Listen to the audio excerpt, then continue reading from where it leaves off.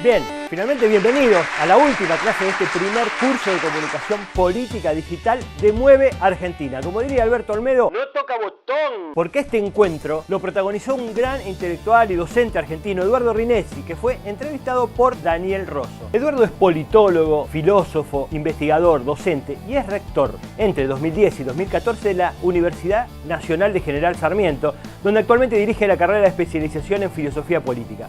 Es autor de una docena de libros de teoría social y filosofía política. Es lo que el presidente de la Nación llamaría un caído en la educación pública. En la primera parte nos propone una posible historización de la relación entre la política y los medios de comunicación en las últimas décadas en la Argentina. Y nos explica también lo que él considera el efecto más estructural que produjo la dictadura en el plano político. Fíjate, a mediados de los años 70 el campo popular estaba unido por abajo y fragmentado por arriba. Mientras que al salir de la dictadura, la derecha había logrado su cometido y se había construido una unión para arriba, mientras que quedábamos totalmente fragmentados por abajo. Historizar sirve precisamente para recordar que estos procesos no son naturales ni eternos y sirven sobre todo para entendernos como protagonistas de la historia, para saber que somos capaces de transformar la realidad. Eduardo tiene una larguísima relación con los temas de la reflexión sobre la comunicación, la política, la comunicación y los medios y la política. Fue en principio integrante del equipo de Alicia Entel en Teoría de la Comunicación 1, luego en Teoría de la Comunicación 2, allá hay algunos que dicen así. No confíes en eso. También en Teoría de Comunicación 3 con Caletti, bueno, durante 10 años, alrededor de 10 años, un poquito menos de 10 años trabajó con Oscar Brandi. ¿Por qué lo señalo?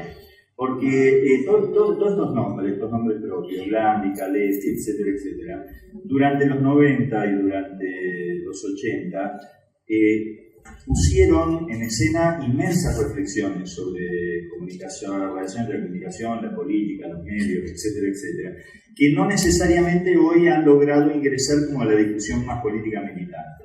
Entonces, tenerlo él aquí es una gran oportunidad como para recordar un poquito eso, eslabonar un poquito eso. Entonces, el primer disparador, bueno, una cosa que no me estaba olvidando, además de Landi, de Caletti, de Alicia Entel, él fue colaborador y trabaja bastante cerca todo el tiempo y son amigos, con Horacio González, tuvieron una inmensa experiencia con una revista. Yo voy a ser medio vendedor de libros hoy, les voy a ir marcando.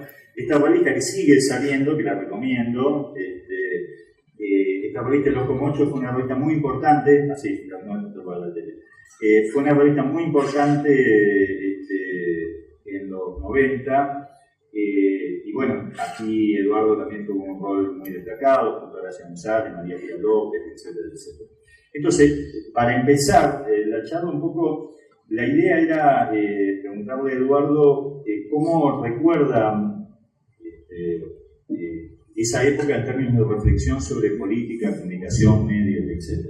No, a ver, la recuerdo como un momento interesantísimo en esa discusión.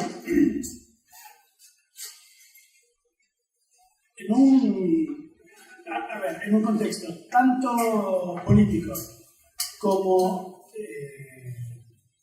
comunicacional, diferente del actual. Lo cual no quiere decir necesariamente, me parece, que las discusiones sean tan otras.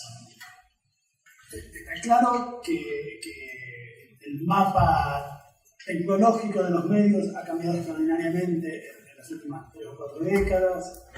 Es claro que entonces la gran novedad era el devenir televisivo, ¿no? del discurso político, aparecían los asesores de imagen, ¿no? Aparecían las preocupaciones por qué largo debía tener una frase para dar bien en televisión, ¿no?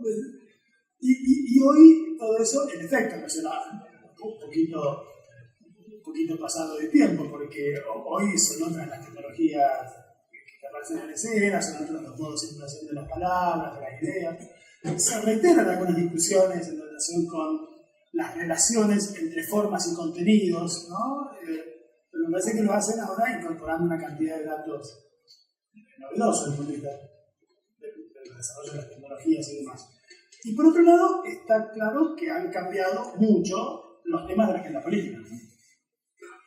Aquellos eran los años de lo que se llamó la transición a la democracia, ¿no? Con esa palabrita transición, una vieja palabrita de los lenguajes políticos, una palabrita proveniente de las viejas historiografías marxistas y de las no tan viejas sociologías de la modernización y del desarrollo, ¿no? Uno de los grandes libros fundadores de la sociología universitaria moderna en la Argentina lleva la palabra transición en su título, Política y Sociedad en una época de transición. Clásico libro de Gino Germani de la segunda mitad de los años 50 o comiencísimos de los 60, no por ahí. Pero en los 80 esa vieja palabrita transición, que siempre había servido para pensar el pasaje, el tránsito de sociedades tradicionales a sociedades modernas, de sociedades agropecuarias a sociedades industriales, es decir, siempre había permitido pensar pasajes de un tipo de sociedad a otro en términos más estructurales y de formas de la producción. Se politizó, digamos, esa palabra. La transición ya no era la transición de una sociedad vieja a una sociedad moderna en términos estructurales, de tipo de producción, etc., sino que era la transición de una cosa que en los años 80 se llamaba autoritarismo, no dictadura, sino autoritarismo. Porque la idea de los años 80, de una zona importante, con la que discutíamos mucho, ciertamente, de la discusión de las ciencias sociales, del ensayo social, en la vida pública de los años 80, una parte importante de la discusión era la suposición de que veníamos de una cosa que se nombraba como una cultura política autoritaria, ¿no? De escasa tolerancia, de escasa reconocimiento de la dignidad de la palabra del otro o de la vida del otro. Esa expresión, por cierto, cultura política, es una expresión que había introducido en los debates argentinos un viejo general de apellido Perón, en un célebre reportaje que le hace un periodista allá por el año 73 o 74, ¿no? En que el precitado general dice que los argentinos éramos gente muy interesada en la política, muy apasionada por la política, pero que teníamos poca cultura política. Y con eso Perón no quería decir algo tan distinto a lo que después dijo el alfonsinismo, ¿no? Con la idea de cultura política, es decir, hábitos de respeto por la palabra del otro, de reconocimiento del otro, de tolerancia hacia el otro. Es el último Perón, es el Perón del abrazo con Balbín, es el Perón, como tantas veces dijo, post-corporativo, ¿no? Cuando se distingue el Perón más obrerista de los 40-50, del Perón más consensualista, o yo qué sé qué, de los 70, es este Perón, al que yo creo que el alfonsinismo le debe mucho más de lo que el alfonsinismo nunca supo. Quizás por eso en la revista Unidos, algunos de cuyos protagonistas, mucho tiempo después, dijo medio en broma, medio en serio sobre sí mismo, éramos una revista alfonsinista, solo que no queríamos darnos cuenta. Era una gran revista del peronismo renovador, ¿no? Y era una revista que tenía en su título aquella vieja frase del último Perón. El año 2000 nos encontrará unidos o dominados, por eso se llamaba Unidos, ¿no? Y pensándolo ahora retrospectivamente me doy cuenta que en el título de esa revista y en el espíritu de esa revista, que era el espíritu pactista del último Perón, era el espíritu de reconocimiento del último Perón, de recuperación del último Perón, había una comprensión del clima de época alfonsinista, porque este clima de época debía a la correcta lectura, me parece, de la vocación democrática de ese último Perón, más de lo que el alfonsinismo nunca fue capaz de entender. Quizás lo que lo entendieron bien era el efecto de los compañeros unidos, más que el propio grupo alfonsinista. Lo cierto es que el alfonsinismo incorpora la idea de cultura política para nombrar las distintas tradiciones político-culturales que habían habitado la Argentina, todas las cuales se caracterizaban. Recuerdo un artículo muy importante, bastante importante, no sé qué. Nada del orden del humano es importante, decía Platón, ¿no? Pero, dicho eso, este artículo era bastante importante, por lo menos en el contexto de las discusiones de esa época. un artículo de Juan Carlos Portantiero, que fue un animador fundamental de las discusiones de esa época, en una revista que era muy interesante, que se llamaba Plural. Que era una revista que se llamaba Plural y escribían todos radicales. Eso era interesante también, porque no dejaba de decir algo sobre el modo en que la gente se pensaba el pluralismo, ¿no? O sea, el pluralismo no era que escribiera gente distinta, era que escribiera gente pluralista. Y los pluralistas eran los radicales, ¿no? Bueno, resulta que esa revista, no quiero ser injusto, era una revista importante, interesante, no de las más interesantes ni de las que estaban en el centro de la discusión. Ahí estaba Unidos por el lado del peronismo renovador y estaba Punto de Vista y La Ciudad Futura, ¿no? por el lado del pensamiento de una izquierda socialista, filo-alfonsinista, digamos, ¿no? En los dos grandes encuentros de filosofía que se realizaron en una ciudad pequeñita y muy simpática de la provincia de Santa Fe, llamada Puerto General San Martín, que era una comuna, y esos encuentros los realizó el amigo Horacio González, éramos chicos, nosotros entonces éramos estudiantes de la universidad, y ahí se daban cita a los grandes grupos intelectuales del momento, que eran el grupo de la revista La Ciudad Futura, el grupo de la revista Punto de Vista y el grupo de la revista Unidos, y el debate era entre los peronistas renovadores, ¿no? Más interesante desde el punto de vista de su recorrido teórico y demás, y los diversos grupos más o menos cercanos al alfonsinismo gobernante. Bueno, en esa revista Plural, Portantiero enumeraba 6 tradiciones cultural-políticas, o 6 culturas políticas en la Argentina. No sé si lo voy a acordar bien, pero creo recordar que eran la conservadora, la jacobina, la integrista, la desarrollista, la liberal y la populista. Eso es. Y la caracterizaba, yo no sé qué. Y después decía, y esas 6 tienen un rasgo en común. A saber, las 6 son autoritarias. Por lo tanto, lo que había que hacer era, y esta metáfora lo usaba mucho en sus discursos, el doctor Alfonsín, lo que había que hacer era ponerle una bisagra a la historia, ¿no? Y fundar una cultura política nueva sostenida sobre la base del pluralismo. Ese era un poco el clima de las discusiones en aquellos años. El alfonsinismo más refundacional, digamos, con la idea de que todo era autoritarismo, lo que iba a pasar, por eso decía, la idea de transición ya dejaba de designar el movimiento económico de una sociedad vieja a una sociedad nueva, para designar el movimiento cultural y un institucional, ¿no? Había un culturalismo y un institucionalismo, porque se trataba de fundar una cultura política y unas instituciones políticas tolerantes, democráticas, allí donde había habido una cultura y unas instituciones autoritarias y poco tolerantes.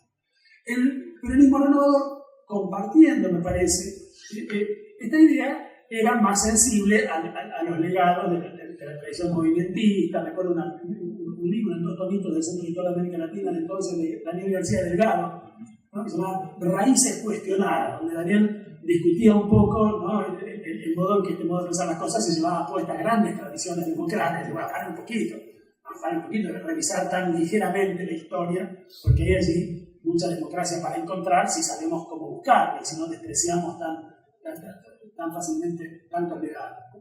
Entonces, era esa la agenda de la transición. Y en esa agenda de la transición había un político enorme.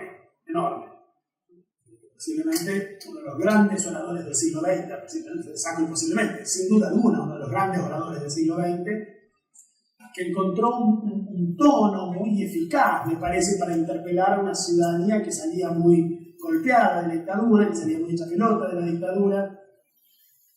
Fue el primero que entendió algo muy importante. Yo creo que las ciencias sociales lo entendieron un poquito después. Esto no es raro, los buenos políticos entienden las cosas un poco antes que las ciencias sociales, que en general siempre se van tarde. Esto no necesariamente es para lamentarse, quizás sea esa la naturaleza del pensamiento, ¿no? El pensamiento siempre llega después. El filósofo alemán del siglo XIX, Hegel, hacía de eso la condición misma del pensar, ¿no? El pensar siempre llega cuando lo pasado se hace pensable. El político, que a diferencia del pensador, no viene a pensar lo que ya pasó, es el que sabe olfatear, ¿no? el presente y ver para dónde van las cosas. Y Alfonsín sabía olfatear en el presente y se daba cuenta que era lo que había hecho la dictadura. En el 85, un querido profesor, Juan Villarreal, un gran sociólogo argentino, y escribió en el año 85 un artículo muy importante en un libro con Pedro Paz, ese sí murió en los 80, un gran economista peronista, y con Eduardo Fossani, la crisis de la dictadura argentina. Y ahí el artículo del Negro Villarreal era buenísimo, se llamaban Los hilos sociales del poder. Era una época en que recién empezábamos a leer alguna cosita de Foucault, medio ingenuamente, ¿no? Pero ahí Villarreal decía una cosa que es muy importante. Decía que hasta el año 76, hasta la dictadura, digamos, después Pepe Nun hizo una mínima corrección en ese argumento y dijo, no, Villarreal no es el 76, es el 75. Bueno, está bien la corrección, pero no, es una sutileza, ¿no? Luis Martínez Dios es Rodrigo. Bueno, dale que va, no importa. Hasta mediados de los 70, digamos, la Argentina era una sociedad, decía Villarreal, muy homogénea por abajo y muy heterogénea por arriba, ¿no? Los que recuerdan haber leído algún libro de sociología argentina sobre el siglo XX, el libro de Murphy Portantiero sobre los orígenes del peronismo, ¿no? O simplemente, cuando recordamos un poco la historia argentina del siglo XX, esa historia se explica más bien por las diferencias entre los distintos grupos propietarios, ¿no? Mientras por debajo lo que había era una clase trabajadora que yo diría que del 30 en adelante, con el peronismo clásico como un capítulo fundamental, se fue constituyendo como una clase fuerte, bastante homogénea, con niveles de ingresos bastante homogéneos, con un tipo de cultura y de consumo y después de identidad política muy homogéneo, mientras que por arriba los distintos sectores propietarios se la pasaban peleándose entre ellos. A la salida de la dictadura militar, decía el Negro Villarreal, la cosa parecía haberse invertido. Salíamos de la dictadura militar con una sociedad muy concentrada por arriba, con sectores propietarios, ¿no? Que entraban en una mesa y fuertemente hegemonizados por un sector de la burguesía financiera más transnacionalizada, y en cambio muy fragmentada por abajo, ¿no?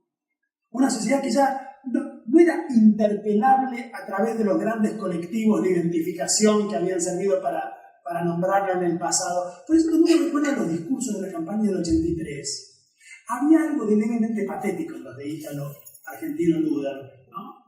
Que se dirigía a unos mitológicos compañeros, empezaba su discurso diciendo compañeros, y uno tenía que decir, ¿qué compañeros?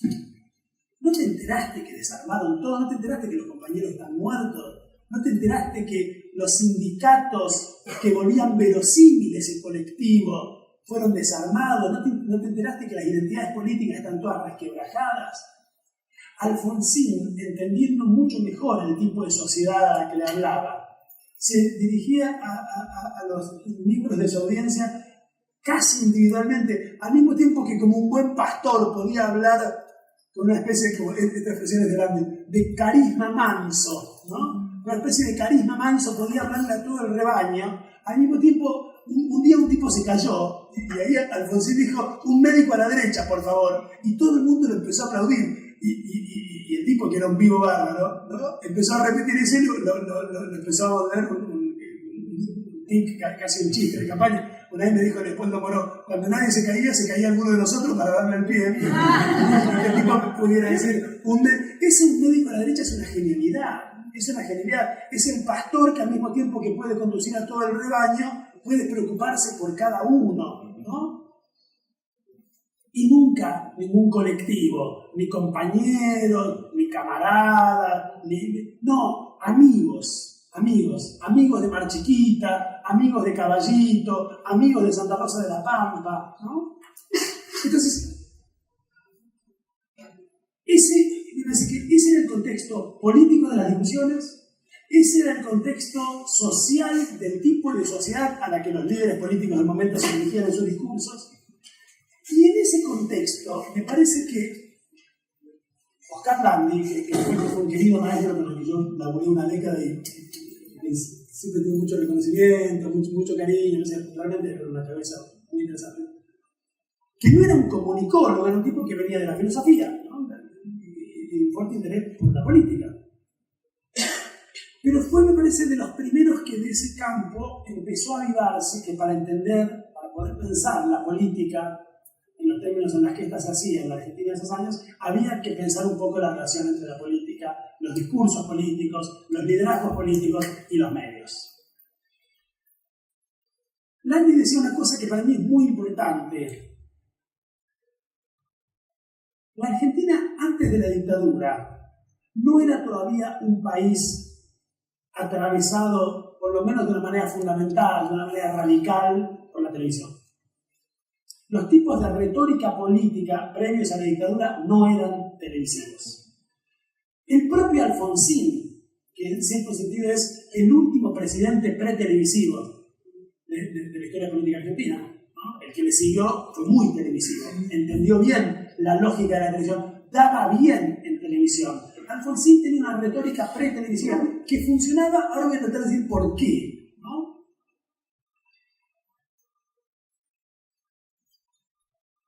En cambio, a la salida de la dictadura, la Argentina ya estaba muy atravesada por la televisión. Los argentinos éramos consumidores masivos de televisión a la salida de la dictadura. Ahí hay sin duda un momento crucial, que es el 78, ¿no? Que es el Mundial de Fútbol. En el Mundial de Fútbol se compran muchísimos aparatos de televisión en la Argentina. Muchas familias argentinas tienen su primera televisión para ver el Mundial de Fútbol del 78, y las que tenían alguna televisión en blanco y negro lo cambian por el televisor a color, que empezaba a llegar a Argentina, que era una especie de grupo todavía en el 78. Y a la salida de la dictadura, todo el mundo, en principio había un televisor en cada uno de los argentinos. Los argentinos veíamos mucha televisión. Ahora, al mismo tiempo que pasaba eso, pasaba otra cosa con la televisión que era interesante, que es que a la salida de la dictadura, como consecuencia del descubrimiento por parte de toda la ciudadanía argentina del involucramiento que había tenido la televisión en la transmisión de la mentira oficial sobre la guerra de las Malvinas, a la televisión, que veíamos mucho, no le creíamos una palabra. Hay una investigación que hicieron años después. Oscar Lande, con Alberto Quevedo y con una querida compañera que se murió hace poquito, una querida compañera Ariana Bacchieri, con la que trabajamos muchos años en la cátedra de Oscar, hicieron una investigación muy importante sobre consumos culturales en la Argentina. Esa investigación anda por ahí dando vueltas y es muy importante. Y lo que ellos descubrían, que estaba muy bien y que es muy importante, es que en aquellos, no recuerdo exactamente los años a los que se refería aquella encuesta, pongamos en los años de la transición, los argentinos estamos expuestos en cantidad de horas diarias de consumo, en primer lugar a la televisión, en segundo lugar a la radio y en tercer lugar a los diarios. Pero que le creíamos en primer lugar a los diarios, en segundo lugar a la radio y en tercer lugar a la televisión. No digo nada que no sepamos y que no sea obvio, pero que es importante tener en cuenta y que Oscar tenía muy en cuenta en relación con un cierto tipo de crítica a la televisión, que básicamente consiste en decir la televisión miente, que Oscar decía es ingenua, no porque no sea verdad, sino porque los primeros que lo saben son los televidentes, que establecen con la televisión un tipo de pacto, que tiene eso como presupuesto. Vemos a la televisión como un espectáculo no para que nos diga la verdad. Si queremos saber la verdad, leemos el libro de geometría, ¿no? Si miramos la televisión porque es otra cosa la que buscamos así, algo de lo espectacular. Pero como al mismo tiempo veíamos mucha televisión en los años 80. Es decir, veíamos mucha televisión y la televisión estaba muy desprestigiada. Esa combinación hizo de la televisión en los años 80 algo que Oscar y el Beto llamaban en muchos de sus textos un altoparlante de la voz de los políticos. La televisión no tenía una entidad propia, ¿no? Era un altoparlante de la voz de los políticos que se emitía en los lugares tradicionales de la enunciación política. ¿Dónde hablaban los políticos? En las canchas de fútbol, en los actos cívicos callejeros, en el balcón de la casa de gobierno. Y hablaban con una estética, con una retórica, con unos tiempos definitivamente antitelevisivos, pretelevisivos. Acuérdense la frase de Alfonsín, era una frase extraordinaria, esas frases largas, ¿no? Y que si nosotros triunfamos, nuestros nietos nos van a honrar como nosotros honramos a los hombres miseros. Y no había ningún mocoso de 18 años atrás de la cámara diciéndole no, porque Alfonsín, que además es un gallego, le ha dicho, nene, callá, boludo, yo estoy hablando. ¿Qué somos? Si no te cree nadie, si mentiste durante la guerra de las Malvinas, si estás desprestigiado, si lo único que tenés para hacer acá es llevar mi voz, que después de 8 años de silencio está represtigiada, a los hogares que quieren escucharme. La televisión como altoparlante y la retórica de los políticos como una retórica clásica, ¿no? Creo que eso llega como modo de relación de la palabra política con los medios hasta el 87. Más específicamente hasta la tarde del domingo de Pascua de 1987. Sobre esa tarde de ese domingo de Pascua, Oscar Lande escribió para mí las cosas más importantes que se han elegido, específicamente sobre los modos en los que a partir de entonces cambia la relación entre política y televisión. Se escribió muchas cosas sobre Semana Santa, pero sobre ese asunto en particular, sobre los modos en que a partir de la tarde de ese domingo cambia la relación entre política y televisión, me parece que las cosas más importantes las escribió Oscar, porque en efecto esa tarde cambia algo fundamental en la credibilidad de la palabra de Alfonsín. Y como Alfonsín era por muchos cuerpos el mayor político de la Argentina, el mayor orador político de la Argentina, como la palabra política en la Argentina de los 80 era en primer lugar la palabra política de Alfonsín, lo que cambia es nada más ni nada menos que la relación entre palabra política, no solo la palabra política de Alfonsín. El liderazgo de Alfonsín cae, la legitimidad de Alfonsín cae, Alfonsín se pisa en el tacho en el 87 y no para más. Y como se decía Alfonsín, una vez que entras en el tobogán, no paras hasta el arenero, ¿no? Esa es la frase de Alfonsín. Y Alfonsín cae en el tobogán en el 87 y no para hasta el arenero. Pero más allá de la legitimidad del propio Alfonsín, es la palabra política como tal la que empieza a deteriorarse en la Argentina. En un contexto en que la televisión empieza, ya le han pasado muchos años de la guerra de las Malvinas, empieza a represtigiarse. Hay algo interesante, lo digo rapidísimo y ya me callo. No, al contrario. No, muy rápido, porque algo de la legitimidad de la palabra política de Alfonsín estaba asociado a un gran descubrimiento que hizo Alfonsín en un cierto momento de la campaña, medio sobre el final de la campaña, que fue la denuncia de un pacto, el famoso pacto militar sindical, cuya existencia empírica es improbable, por no decir falsa, ¿no? Es decir, no se sentaron en ninguna mesa para ver cómo le hacían la vida imposible a este país, los militares y los sindicales. Pero es decir, pacto militar sindical, nombrar como los sujetos de ese pacto secreto, ¿no? Hecho a las sombras, no a la luz del día, no a la vista del pueblo, a militares y sindicalistas, era un modo de mandar esas dos corporaciones, ¿no? Palabra del discurso liberal de Alfonsín. De un lado los ciudadanos y su líder virtuoso que establecía con ellos un pacto a la luz del día. Del otro lado las corporaciones que solo pueden hacer pactos en secreto. Y miren qué dos corporaciones. Los militares y los sindicatos, el fantasma del golpe de Estado, el fantasma de la huelga general y ciertamente la alianza entre esos dos nombres, el fantasma del peronismo. ¿Qué es decir pacto militar sindical sino un modo muy sutil de mandar al peronismo al pasado, a la zona antidemocrática del pasado con el que había que romper, con el que había que poner una bisagra? ¿No? Entonces, eso fue una genialidad de Alfonsín. Buena parte de la legitimidad de la palabra política de Alfonsín me parece que está asociada a esa promesa tácita de transparencia y de no traición del pacto que suponía la denuncia del pacto secreto entre militares y sindicalistas, y eso me parece que es lo que Alfonsín traiciona en la Semana Santa del 87, ¿no? Más allá de la gravedad o no gravedad de haber ido a roscar con Rico, más allá de que si Alfonsín nos lo hubiera explicado, a lo mejor hasta lo habríamos entendido, ¿no? Lo grave de esa situación fue que el tipo que había construido la legitimidad de su palabra sobre la base de la denuncia de un pacto secreto, pacta en secreto y dice no haber pactado. Lo hizo 2 veces. Primero en la Semana Santa del 87, después en el Pacto de Olivos del 93, cuando de nuevo, a solas y en secreto, pacta con el líder del otro gran partido político argentino, que era la sazón del presidente de la Nación, las condiciones de la reforma constitucional de la Argentina. Entonces, cuando los políticos que habían aparecido en la escena democrática de la transición denunciando pactos, diciendo nosotros venimos a hablarle a los ciudadanos a los ojos y nosotros venimos a hacer pactos con la ciudadanía a la luz del día. Empiezan a pactar por la noche y en secreto. La televisión empieza a ocupar el lugar de esa legitimidad que los políticos le habían arrebatado. Y si en los 80 la televisión, digo los 80,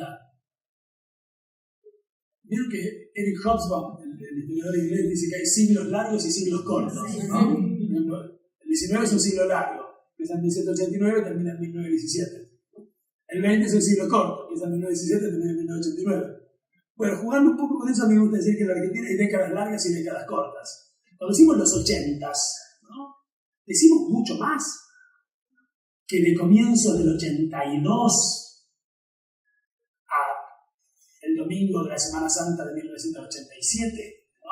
Esa década es una década que como mucho es un lustro, si no es que es un poquito menos incluso. En cambio, cuando decimos los 90s, decimos esa larga década neoliberal que empieza cuando el propio Alfonsín empieza a desplegar el programa neoliberal, que es cierto que con menos furia que lo que haría el peronismo después, a partir del 89, pero ya con Terraño y todos los privatizadores, ¿no? A partir del 87 y termina en diciembre del 2001, ¿no? con el final estrepitoso de la fabulosa experiencia gubernamental de la Alianza. Entonces, si en los 80, si en nuestros cortos 80s, la centralidad de la relación, ¿no? entre política y televisión estaba del lado de la política, de la palabra política, de la retórica política, de los valores de la política, de los tiempos de la política, de las escenas de la política. Alfonsín no iba a los programas de la televisión. No solo no bailaba con Odalisca, que dicho así hasta suena algo de lo que pecamos mucho en los 90, que es una especie de moralismo medio puritano, no tiene nada intrínsecamente malo bailar con Odalisca, además a mí me gustaría saber hacerlo y cuento entre mis múltiples torpezas ese tipo de danzas. Pero el problema no era la Odalisca, que estuvieran semidesnudas. El problema era conceder a una estética, a una lógica, a una retórica, a unos tiempos, a unos mocosos de 18 años que del otro lado de la cámara nos dicen que vayamos redondeando, ¿no? Eso en los 80 no lo hicieron. En los 80 era la política la que tenía el timón de mando, digamos, de la relación con los medios. Los 90 fueron los años en que los políticos empezaron a hacer cola y no pararon de hacer cola nunca más para ir a los sets de televisión, para ir a comer fideos con Tato Bores, para ir a almorzar con Mirta Legrand, para ir a la cama con Moria Kazan. Recuerdo una contratapa de Pepe Nun en página 12 que era muy graciosa desde el título. Estaba muy bien la pregunta que se hacía Pepe Nun en esa contratapa, ¿no? Que se titulaba ¿hay que ir a la cama con Moria? Y la respuesta de Pepe Nun es no, la política no puede ir a la cama con Moria. No se puede entregar la dignidad de la política, la retórica de la política, las categorías de la política, ¿no? Y de nuevo no es un problema moral, ¿no? Es un problema político. Es fascinante esta historia, ¿no? En qué inmensa medida nos permite comprender el presente y proyectar un futuro posible. Ahora, Eduardo nos explica cómo ocurrió en los años 90 lo que llama la colonización de la política a manos del discurso técnico de la economía y del discurso técnico de los medios de comunicación. Una voz privilegiada de aquellos años fue la de Mariano Grondona, recordando las estrategias discursivas que utilizaba ante una audiencia promedio de 6 millones de personas. Mirá el número, 6 millones de personas. Esta clase nos invita a pensar en la ideología y su relación conflictiva con la historicidad. Esto, me parece que lo que Carlandi, entre tantos otros, que eran tipos que terminaron siendo personajes fundamentales de los estudios sobre comunicación en la Argentina, sin ser comunicólogos de profesión, ¿no? Y que, lo que voy a decir es un poquito odioso con los comunicólogos de profesión, pero quisiera decir, quizás exactamente porque no lo eran. Quizás exactamente porque la comunicología no había terminado todavía de definir sus límites, sus fronteras, de limitar al norte con la ciencia política, al sur con la antropología, al este con la teología, al oeste con el seminario. Porque cuando las disciplinas se confían mucho en sí mismas como tales disciplinas y se confían en sus límites, ¿no? Se empiezan a volver muy menesterosa, muy pobres para pensar las problemas. Voy a hablar de la disciplina de la que se dice provengo. La ciencia política es muy incompetente para pensar la política. viene fracasando en su pensamiento sobre la política en Argentina de manera más o menos conmovedora. Porque no puede pensar la política, porque piensa en el sistema político, ¿no? Y porque cuando alguien le dice la expresión clases sociales a un politólogo, pues dice, no, eso es un sociólogo. ¿No? Y si alguien quiere decir la palabra inconsciente, dice, no, pregúntale a un analista, yo tengo un primo analista. No, que no entendés nada sin pensar la política sin inconsciente, sin clases sociales, ¿no? Sin culturas populares. Y que la ciencia política está muy orgullosa de sus límites y cree que su tarea es, no sé qué, estudiar el sistema político, contar diputados, contar senadores, saber del sistema electoral, saber del sistema atómico. No entendía en la esquina las cosas, no entendía nada con eso, ¿no? Y cuando la comunicología empieza a estar muy confiada y muy segura de sus propios límites, ¿no? Y empieza a estructurarse, como se dice a veces sacando pecho, como un campo, digo, ¿no nos estaremos perdiendo algo de lo interesante que tenía escuchado hablar sobre comunicación a Nicolás Casullo, ¿no?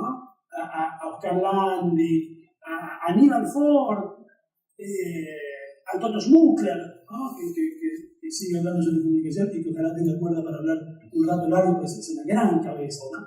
Bueno, todos esos tipos vienen de la literatura, vienen de la filosofía, vienen de la novela, vienen de la sociología, vienen de la antropología. Entonces, digo, todos estos tipos que estoy mencionando me parece que nos ayudan mucho a pensar estos problemas de la relación entre política y diversión, llegándole a los estudios sobre los medios desde afuera de los medios, sin un saber técnico, experto, sin ningún fetichismo tecnológico, ¿no? Y yo creo que eso es importante. Los estudios sobre la política, lo que nos interesa a todos nosotros es la política, ¿no? Sí. Mira la reunión equivocada. Me interesa la política. Por supuesto que porque me interesa la política, me interesa la relación entre la política y los medios, porque me interesa la política, me interesa la relación entre la política y la guerra externa, ¿no? Pero que me interesa la política. Entonces, no podemos, me parece, rendir las armas del análisis político, del discurso político, de la retórica política, de los valores de la política, a ninguno de los fetichismos que me parece a mí que con mucha frecuencia colonizaron, esa es una palabra muy filosófica del siglo XX, colonizaron la política. Yo creo que parte de lo que pasó en los años 90, y que forma parte de las preocupaciones de Landi y de tantos otros, es una doble colonización de la política, del discurso de la política, de las categorías de la política, de la retórica de la política, y hasta de los temas de la política, por dos tipos de saberes técnicos de los que se hizo una apropiación y una lectura muy pobre y muy fetichística. Por un lado, el discurso técnico de la economía y por otro lado, el discurso técnico de los medios. En los 90 me parece que la política quedó doblemente atrapada, ¿no? por esos dos tipos de discursos técnicos. Los políticos desprestigiados, autodesprestigiados en los 90, llegaron a creer que para hacer política había que saber mucho de técnica económica y encima le preguntaban sobre técnica económica a los economistas del establishment, incluso los progresistas, los conservadores no tienen nada raro, incluso los progresistas. Y entonces creían que la política de andar repitiendo por ahí a cuánto estaba el riesgo país, ¿no? Llegamos a tener políticos progresistas, fueron altísimos cargos en el aparato del Estado, que al final ya no abrían la boca si no era para decir que por favor no siguiera aumentando el riesgo país.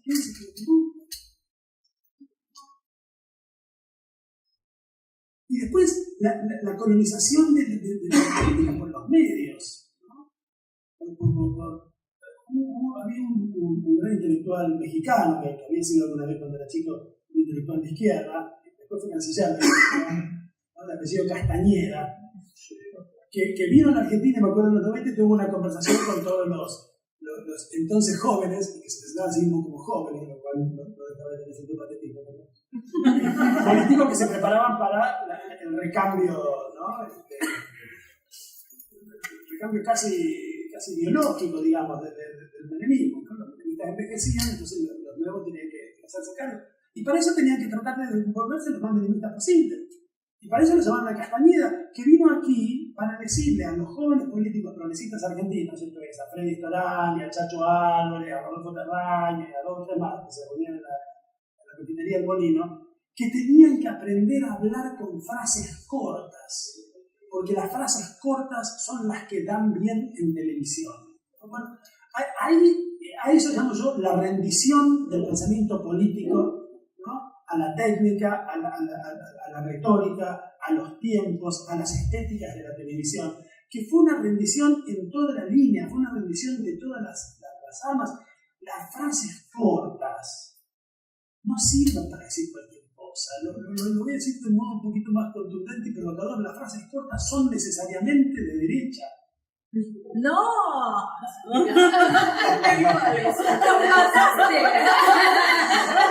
¿Quién dijo no? Porque No mataste.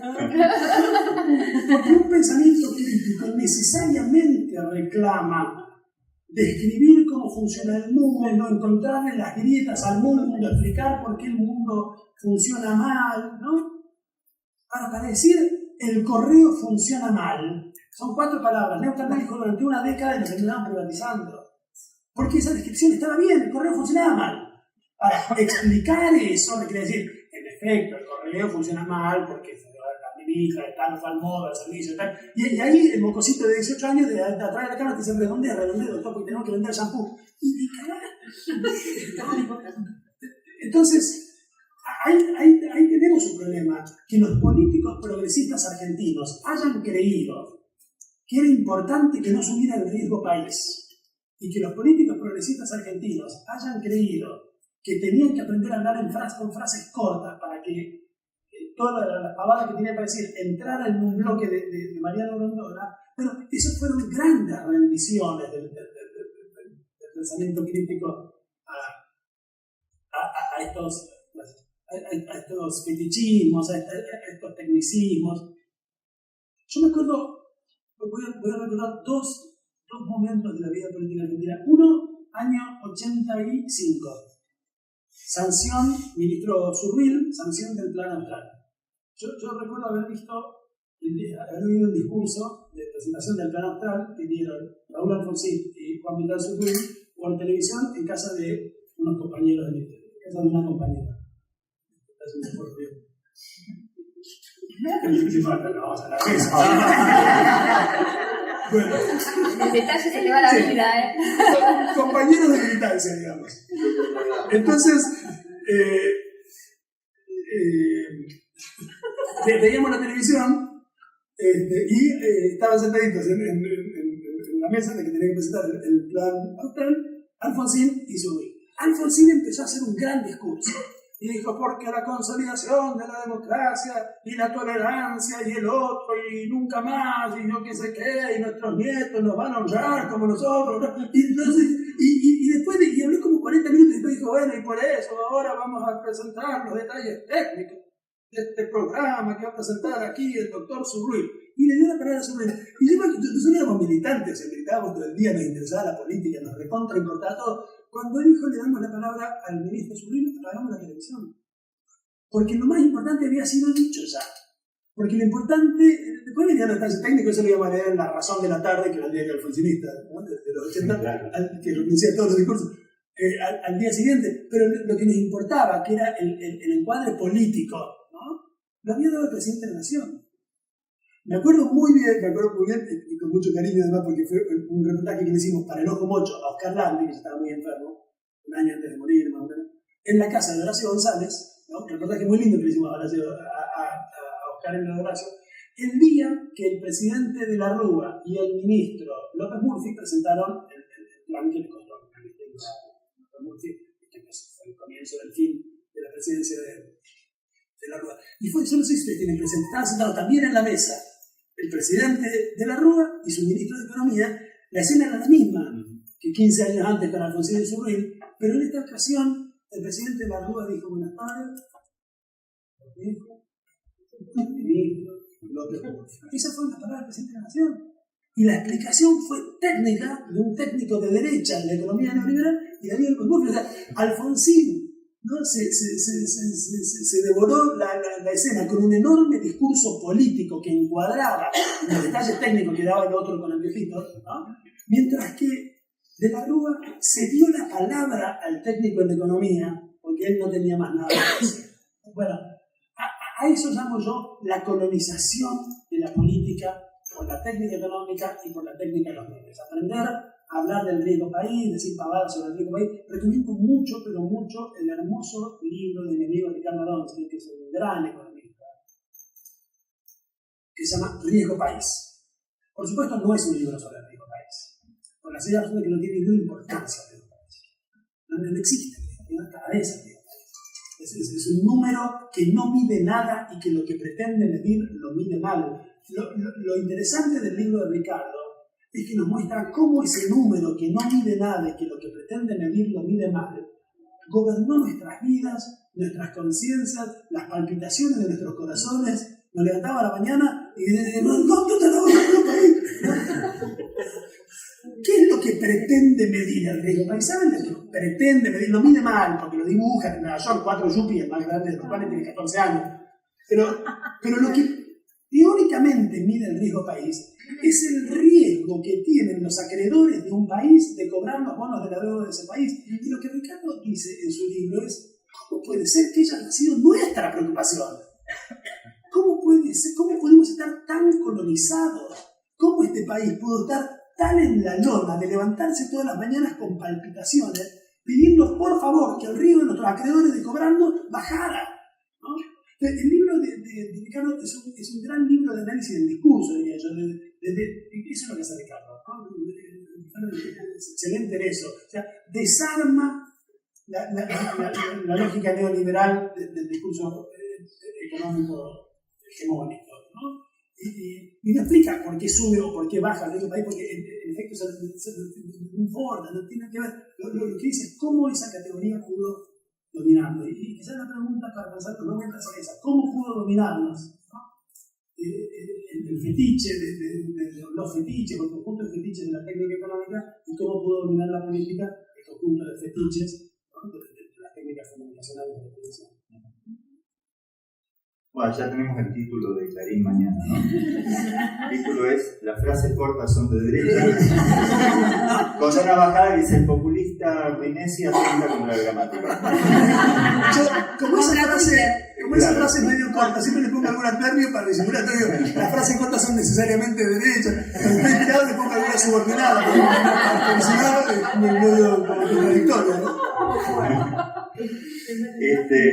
Bueno, hablando de Landi, seguimos con la venta. Este es un libro que se llama ¿Cómo te puedo decir? No sé si lo conocen. A ver, no sé por qué me parece un poco este libro, ¿no? Pero digo, es un libro realmente muy, muy interesante de Eduardo sobre Landi, una especie de geografía intelectual, digamos, para decirlo de algún modo. Acá, tomando el libro, lo que vos estás planteando, en algún lado, ya no me acuerdo dónde, vos comentás cómo Landi, que efectivamente era un amigo asesor de Chacho Álvarez, cuando estaban en Estados Unidos, etcétera, etcétera, imaginó un rol para Chacho, ¿no? Porque Landi estaba de acuerdo con la conformación de la alianza, pero imaginaba un rol para Chacho, que algo así como el rol para Chacho era que tenía que hablarnos de la Rúa, ¿no? Sí. Que tenía que reponer un discurso político, o sea, había como un vacío, por esto mismo que cuenta Eduardo, una especie de vacío de esfera política colonizada por los medios, por estas dos invasiones técnicas de las que él está hablando. Entonces Landi imaginó que Chacho podía ser algo así como el que repusiera el discurso político, porque alguien tenía que reponerlo, ¿no? Claro. Sí, eso lo charlamos solamente con los casos. Yo creo que él le reservaba a Chacho ese lugar, el de hablar, el de poner palabras, ¿no? El de poner palabras. Como decía esa película del Partido Comunista Italiano, ¿no?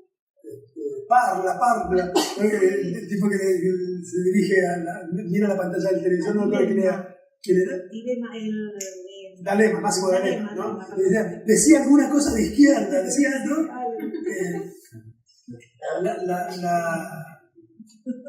Claro, lo desesperante de la alianza fue la ausencia de palabras, ¿no? Fue la ausencia de palabras. Y Oscar pensó que el Chacho podía poner esa palabra, ¿no? fue el caso. Pero pintaba para eso. Podría haber ocupado ese lugar, Chacho le puso muchas palabras a la discusión con el alfonsinismo, demostrando entender bien esa discusión, estar a la altura de esa discusión desde otra tradición política, ¿no? Poder enriquecer esa discusión. Ahora, no, después me parece que compró el discurso realista, imposibilista, digamos, ¿no? de derecha, y no quiso molestarme con palabras. La alianza fue muy triste, porque era eso, nadie quería importunar con palabras, ¿no? Y cuando alguien amenazaba hablar, que había uno que amenazaba hablar todo el tiempo, porque era un bocón, que era Alfonsín, ¿no? Salían todos a decirle callate, ¿no? Como en la familia, vieron que siempre en la familia hay algún tío loco que habla de más y todos los jóvenes dicen callate tío, ¿no? El final de Alfonsín fue medio eso, el tipo trataba ¿no? Una vez dijo en medio de la discusión económica, el gobierno de la ley dice, bueno, un poquito de inflación no es tan grave, y cuando sí que como un viejo desarrollista, ¿no? Que dice, bueno, no está mal darle un poco a la maquinita así para impulsar el mercado interno, ¿no? Y salieron todos al unísono, Machinea, el Chacho, todos a decirle, callate tío, ¿no? Es decir, no se podía poner palabras allí, porque las palabras las ponía la derecha económica. Sí, ahora, en ese sentido, ahora estamos con alguien que efectivamente pone la palabra, ¿no? Pone la palabra, y a mí me interesa, siempre me interesa ver cuáles son las distintas tácticas que el establishment cultural, mediático, etcétera, pone en escena para intentar neutralizar esa palabra, ¿no? En ese sentido, seguimos con la venta, hay un libro, se llama Mariano, el primer libro de Eduardo. Este seguramente no se consigue, pero ofrezco fotocopias si alguien lo quiere leer. Un libro muy interesante, porque acá hay una serie de planteos que Eduardo le hace decir a Mariano, que Mariano dice. Nosotros decíamos en aquella época Mariano, aún nosotros, era Mariano, era un tipo cercano, ¿no?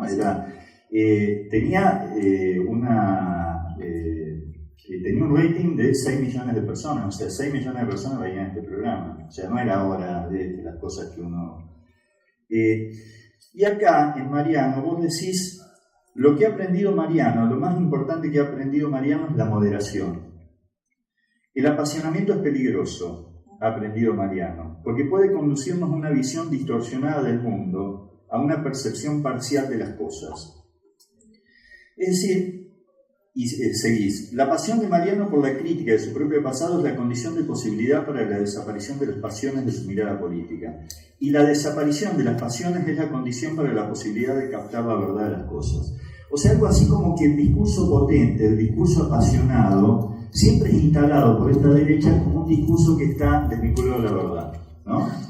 Es un discurso desequilibrado, es un discurso vinculado como al exceso, etcétera.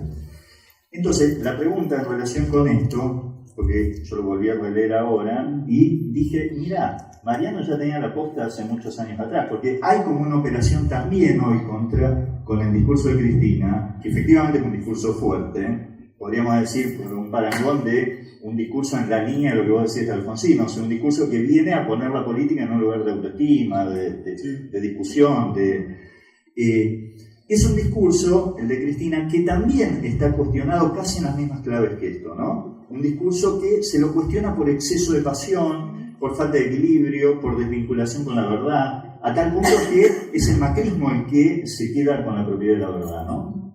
Sí, claro. Está bueno eso.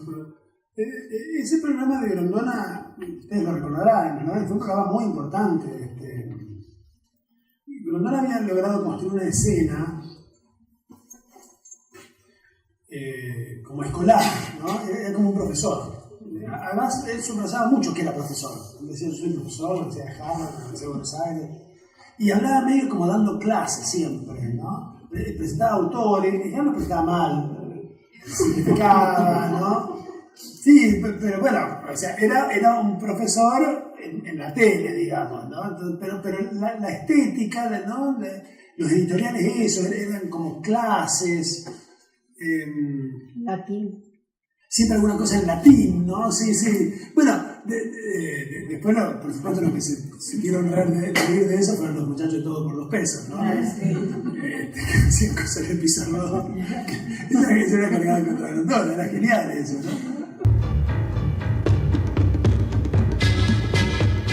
Está Jorge Lanata esperando para que celebremos juntos el Día del Periodista en el disenso, supongo, como corresponde. Y después, por supuesto, viene el resumen. Pero ahora estamos con el doctor Bruno Petruzzo, director general de la Banca Nacional de Laboro, porque ya tuvimos varios bloques en este programa, no sé cómo llamarlo, si algo así como un servicio público. ¿Se acuerdan que tuvimos un bloque hace 5 o 6 jueves acerca de la idea de que en la medida que el Estado va perdiendo, no digo funciones, sino capacidad financiera, los grupos privados tienen que asumir el apoyo de las instituciones culturales argentinas o de algún otro tipo, por ejemplo, médicas o sociales? Y me gustaría que usted nos contara un poco lo que están haciendo con el Teatro Colón. Bueno, hicimos varias cosas en el pasado. Como banca apoyamos el nacimiento de la Orquesta de la Cámara del Teatro Colón en su momento. Hoy en día, en realidad no hay una colaboración con el Colón, sino que la banca, en forma totalmente autónoma, organiza un ciclo de conciertos y de ballet que serán dedicados principalmente a recaudar fondos a beneficio de 4 instituciones de bien públicos argentinas. ¡La semana que viene! ¡Claro que sí! ¡Y la semana que viene! ¡Viene acá Bernardo Neusta, se pone una remera de los Kicks, se come un pollo a la portuguesa por 500 pesos! Hasta los socialistas han desilusionado el Estado. El Estado es ineficiente. Yo no creo que haya que devastar el Estado. Las diferencias que nosotros podemos tener hoy desde el punto de vista económico, creo, de mi lado, que son críticas hacia lo que está pasando en el país en cuanto al capitalismo. Acá hay un tipo de capitalismo muy salvaje. Yo creo que este es un país precapitalista, que ni siquiera es capitalista. Todo esto es tan paradójico que a veces Página 12 termina defendiendo el capitalismo. Al verdadero. Y diarios tradicionales, tradicionalmente liberales como Nación o Clarín, terminan subsidiados por el Estado. Por ejemplo, con el caso de Papel Prensa, comprando el papel a la mitad de lo que lo compramos nosotros. Ahora completo por qué titulan ustedes, así ¿Qué? con ironía, ¿eh? Bueno, está titulando casi tengo algo que ver con ese diario. Bueno, nos quedan nada, en verdad, pero quiero decir 2 cosas antes de irme. Quizás Lanata comparta conmigo esto. La diferencia entre los periodistas y el gobierno, que siempre tiene que existir, está en la escala de valores. Un gobernante recto, bien orientado, al tope de su escala de valores tiene el bien de la comunidad, el bien común. Quizás sea prudente para él omitir una información, quizás sea prudente no hablar, o sea prudente reforzar un argumento. Nosotros, me parece a mí, que al tope de la escala de valores tenemos la verdad. Entonces no podemos ser prudentes, porque si la sociedad es adulta, si son gente grande, todos los que están alrededor nuestro, tenemos que decirle la verdad para que ellos la procesen. Si no, nos trataríamos como menores. Diríamos, no, esto mejor no lo conozcan, les va a hacer daño. Un gobernante puede inclusive callar algo, me parece a mí, por razón de Estado. Nosotros los periodistas, Lanata, no tenemos razón de Estado. No, nuestra razón de Estado principal es la información. Tenemos que dar la verdad. Y quizá celebremos el Día del Periodismo, antes de mañana que empieza el fútbol, ya la semana que viene va a ser distinta, haciendo votos para que cumplamos en forma insobornable el servicio de la verdad, inoportuna e imprudente. Hasta el jueves.